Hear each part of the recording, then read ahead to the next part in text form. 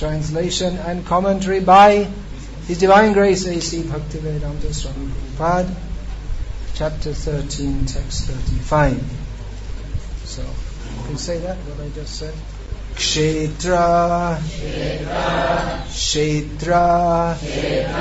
Gyayoho Evam Antaram Jnana Chakshusha Bhuta Prakriti Moksham Cha Ye Viduhu Yanti Te Param Kshetra Gyayorevam Antarang Jnana Chakshusha Bhuta Prakriti Moksham Cha Ye Vidur Yanti Te Param Kshetra Gyayorevam Antarang Jnana Chakshusha Bhuta Prakriti Moksham Cha Ye Vidur Yanti Te Param Kshetra Gyayorevam Antarang Jnana Chakshusha Bhuta Prakriti Moksham Cha Ye Vidur Yanti Te Param Kshetra Gyayorevam Antarang Jnana Chakshusha Bhuta Prakriti Moksham Cha Ye Vidur Yanti Te Param. Everyone understands Tamil? Does everyone understand Tamil? If you ask them in Tamil, they don't understand. They won't be able to. Alright, okay. Alright, go ahead, just read the Tamil. Hare Krishna, Krishna Krishna, Hare Rama, Hare Rama. Bhagavan Sri Krishna spoke this Bhagavad Gita to Arjuna to give him the eyes of knowledge. In this verse is mentioned Jnana Chakshusha, the eye of knowledge. Who has the vision of knowledge? So even today, those who understand Bhagavad Gita as it is can have the same vision of knowledge that Arjuna was awarded by Krishna. Now what is the vision of knowledge? A person in ignorance sees the land, the trees, the rivers, the people, and a person with the vision of knowledge also sees land, rivers, trees, people. But one who has knowledge knows what is the difference between the body and the proprietor of the body. What is the process of freedom from bondage. So a person in ignorance sees this material world as a place for me to enjoy and to try to dominate. And a person in knowledge knows that I cannot enjoy. This place is not a place for my enjoyment. I do not belong in this place. This material world is a place of suffering. I am an eternal spirit soul. I am the eternal servant of Krishna. So one who is ajnana chakshusha, one who has vision without knowledge, tries to enjoy this material. And one with knowledge knows that I can't enjoy this material world. I'm not meant to enjoy this material world. He doesn't become entangled in this world, but uses everything in this world for the service of Krishna. So one has to understand all these points very carefully. What is the body? The body seems to be me. When we are hungry, we say, I feel hungry. I don't know how you say it, Tamil. Actually, you say the same thing. In Hindi, you'd say, Bhuk lag raha hu. Hunger is attacking me or something. It means something like that. Bengali also. Kida lagji. It's affecting me. Hunger is affecting me. Huh? It kills also. But the idea is that me, I am hungry. So conventionally we may say this in an ordinary way. But a person in knowledge understands that the soul is not, the body is experienced. He also understands who is the proprietor of the body. So that could be considered the jiva who is in the body as the proprietor of the body, in one sense. But the ultimate proprietor of everything is Krishna. So a devotee of Krishna knows that I am not the body, but at the same time he knows that I have to use this body to serve Krishna. In Sri Chaitanya Charitamrita there is a narration of Sanatana Goswami, one of the greatest devotees of Sri Krishna Chaitanya Mahaprabhu, who was actually from a high-class Brahmin family, but due to force of circumstances had been engaged in the service of the Muslim ruler of Bengal. So he was Bahishkrita. He was rejected from Brahmin society. Nowadays we find so many Brahmins, they're very proud. I'm a Brahmin and I'm working for some big computer company owned by some beef-eating person. But in those days they were very strict. If anyone took a salary, immediately you're not a Brahmin. They didn't say Shudra. Actually the Shudras, they didn't take salaries either. They were owned. So anyway, Sanatana Goswami was rejected from the standard Hindu society, although he was accepted by Chaitanya Mahaprabhu. So he could not enter the temple at Puri according to the strict rules of Hindu society. Even today the Western devotees of ISKCON are not allowed to enter Jagannath's temple at Puri. Although if a Muslim Indian Muslim dresses in pants and shirt, they can't tell he's a Muslim, and he can go inside. So Sanatana Goswami, he couldn't enter the temple of Jagannath, and also he had severe rashes. It's called in English a weeping rash. That means from his body there was so much pus coming.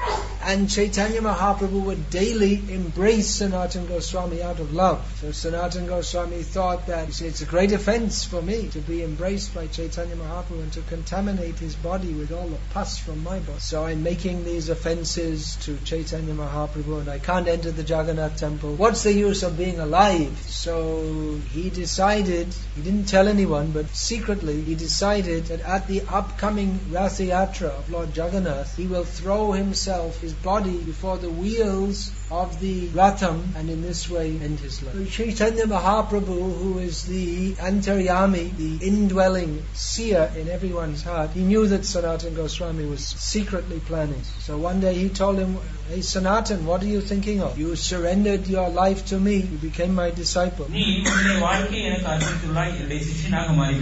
And you see, so your body belongs to me. So what kind of behavior is it that you want to destroy someone else's property?" He said, "I have so many things to do through you, but if you commit suicide, then how will you be able to do any service?" Chaitanya Mahaprabhu also said, "If I could get Krishna Prem by throwing myself before the chariot of Jagannath, then I would do it 1,000 times. But that's not the way to get Krishna Prem." So the point to be understood from this is that we are not the proprietor of the body. Ultimately, Bhagavan, He is the proprietor. He has given us this body and it's meant to be used in His service. And by doing that, one can get, as is mentioned in this verse, moksha, liberation from material existence. And then one can go to ye vidu yanti te param. Those who know this, they go to the supreme, that is the parampad, the supreme position. That they say in the Sri Vaishnava Sampradaya, parampad means the Vaikuntha, or even beyond Vaikuntha, Golok Vrindavan. So this is being instructed in Bhagavad. It is all meant to lead us to the platform of Krishna Prem, pure love of Krishna. Chaitanya Mahaprabhu has given a very easy process for the modern age. Haran Nama, Haran Nama, Haran Nama, Eva Kevalam, Kalo Nastreva, Nastreva, Nastreva, Gatiram Yata. In this age of Kali, there is no other way, no other way, no other way but to chant the names of Krishna, chant the names of Krishna, chant the names of Krishna. But at the same time, one has to understand these basic principles of spiritual knowledge. Otherwise, if one doesn't have clear understanding, one may perform some kind of bhakti, but it won't become pakka, it won't become solid. So Krishna is recommending here, one should know what is the difference between the body, the material nature, the spiritual nature. All these things should be understood. Without understanding these points very clearly, one can not have a clear concept of what is bhakti. And therefore we find some people, they're performing bhakti, but without proper knowledge, and therefore they remain more or less on the material plane. Unless one clearly understands that I am not the body, I have nothing to do with this material world, then he will remain attached to this material world. And so one may be doing bhakti but expecting some kind of material result, or one will remain very much attached to home. In this chapter is mentioned putra dara grihadishu, to children, wife and home. Now a Vaishnava, of course, a Vaishnava can be a grihastha, but a Vaishnava who lives at home is different to a materialist, because a materialist thinks that my home, my wife, my family is everything, all in all. But a devotee understands that all these things are temporary. My real relationship is with Krishna, and ideally all the family members, they cooperate to serve Krishna. So one shouldn't presume, however, that because I'm doing bhakti and I'm chanting and I'm a Vaishnava Grihastha, that automatically I'm on the liberated platform. Unless one is deliberately cultivating this knowledge, the tendency is to cultivate ignorance. Unless one regularly hears about these topics from Bhagavad Gita, then the tendency is to remain attached to material things. And therefore people, we find that people, they judge religion in terms of some material results. They have these miracles. You see, you go to some religious assembly and they touch someone and they become free from some disease. And people think, well, this is proof of God's power. They're so foolish, they don't think that you have some disease, but still you are free from some disease. Still you have to die. So the really valuable help is to help people to get free from birth, death, old age and disease permanently. That is God's real mercy. But people think that I am this body and this body is to be enjoyed, and therefore they think that God's mercy is to help me enjoy in this material world. But the real mercy of God is to help us understand that we don't belong in this material world at all. We belong with Him in the spiritual. So we have to rise above material attachment. In this purport, Srila Prabhupada stresses that this knowledge has to be understood with the help of the spiritual master. Unfortunately, in the modern age, due to ignorance, the gurus, they don't give spiritual knowledge. People think that sadhus are magic men. Yadu is the Mandravali.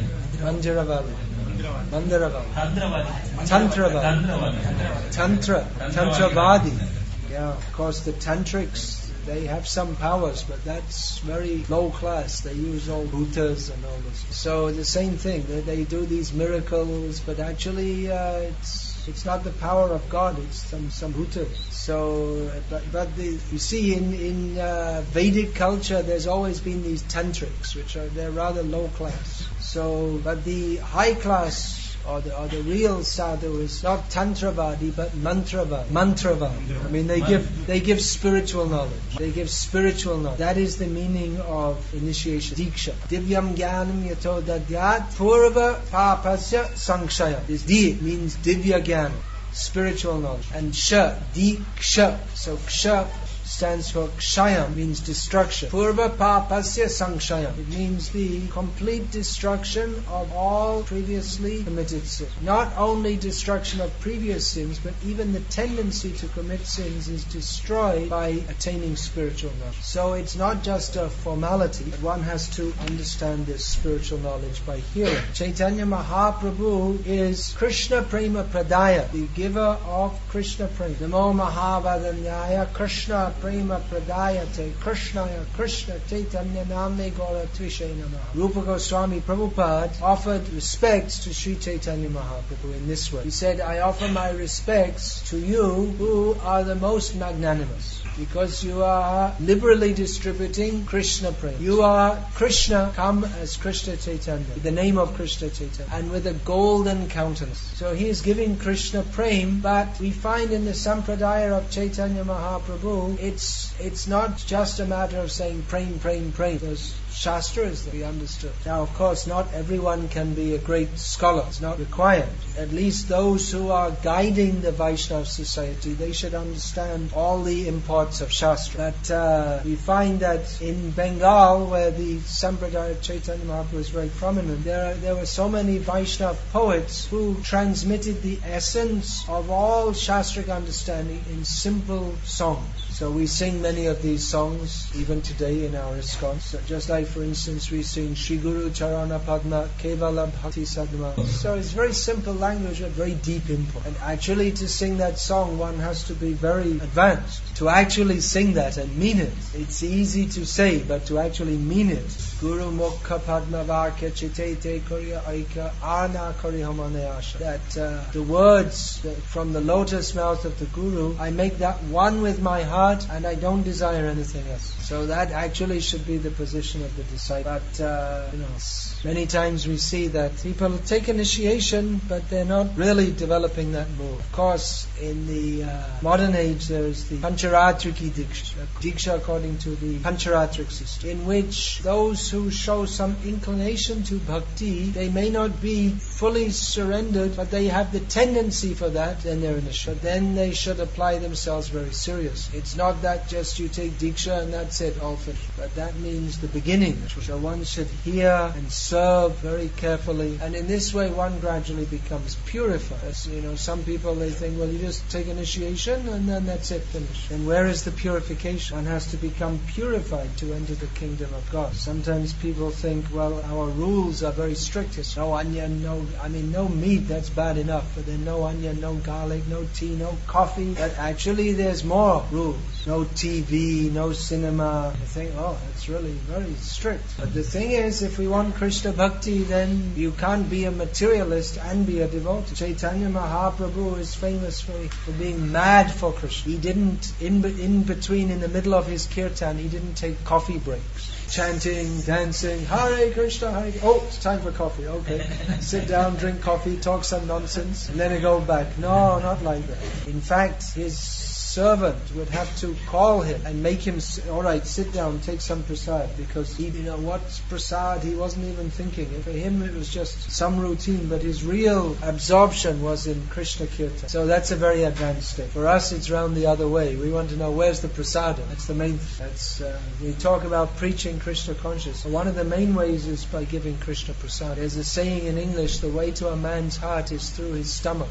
The way to a man's heart is via his stomach, through his stomach. So, of course, prasad is completely transcendental, but that's why we say it's prasad sevai. It's another kind of service. It's part of bhakti to honor prasadam. So that's another of our strict rules. You don't purchase any bread or biscuits or anything, or chocolate. Only that which is cooked by devotees and offered to Krishna with love is suitable food for a Vaishnava, because the devotee is interested in purification, not sense gratification. So we may think, well, this is a very high standard, but if we understand these points that are mentioned here, that I am not the body, I am different from the body, I have to be liberated from this material condition and go to Krishna, then automatically you'll want to follow all these things. So this hearing and associating with devotees, that is essential. Even if we think, I've heard it all before, well, maybe, but we should hear it again and again, because by regular hearing, our conviction becomes strong. For millions of lifetimes, we've been hearing the message that we should enjoy our senses in this material world. Everything in this material world gives the message that we should enjoy it. Everyone in this material world is convinced that we should be enjoying this too. People are fighting with each other, but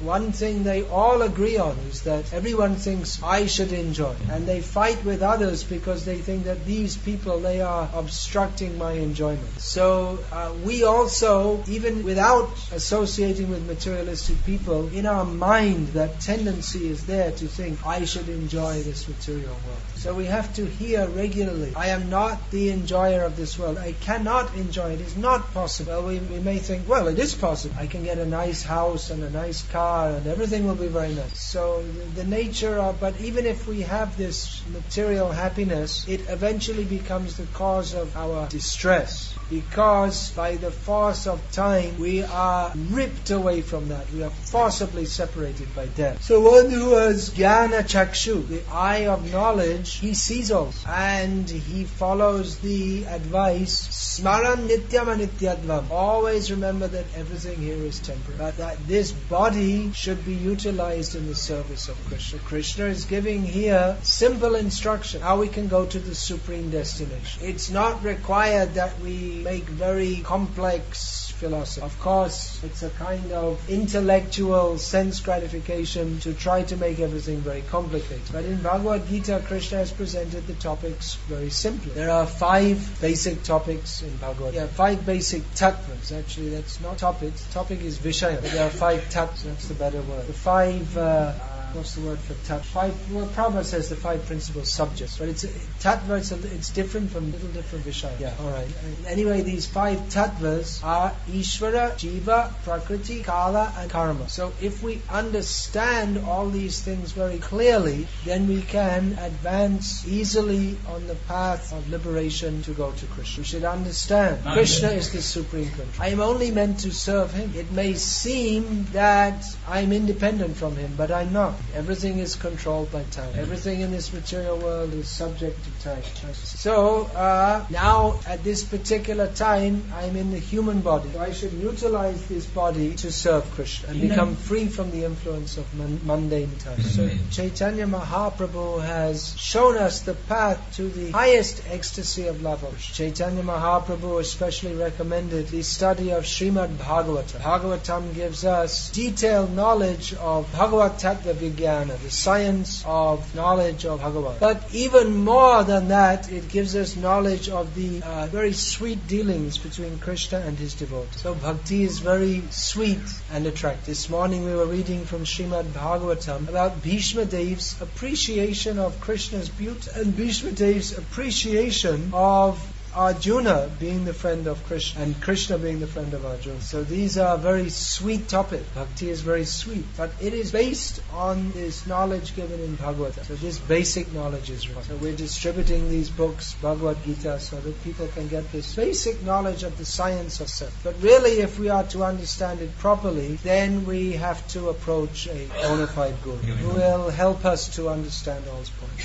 And then we can proceed very nicely on the path of bhakti. Bhakti is very simple. It is the surrender of the soul to Krishna with pure love and complete faith. That faith is based on knowledge that I am not the body, I am the eternal soul, this eternal soul Krishna. So these temples of these centers of Krishna consciousness all over the world, they are of course meant for cultivating bhakti, pure devotional service to Krishna. So that bhakti is very simple and sweet and joyful, but at the same time it is grave, serious, it's very grave and serious and with a solid philosophical back. So try to keep this bhakti atmosphere very simple and sweet and serious. I'm traveling to different centers of our ISKCON movement throughout the world, and we find the atmosphere is a little different in each place, each center. We can recognize the true atmosphere of bhakti. It is simple and sweet and serious. By simple I mean not unnecessarily complicated. Often when we have big temples, it becomes more complex because then there's different departments and administration and legal affairs and financial affairs and all this kind of stuff. Those devotees who are with Srila Prabhupada in 1966, when the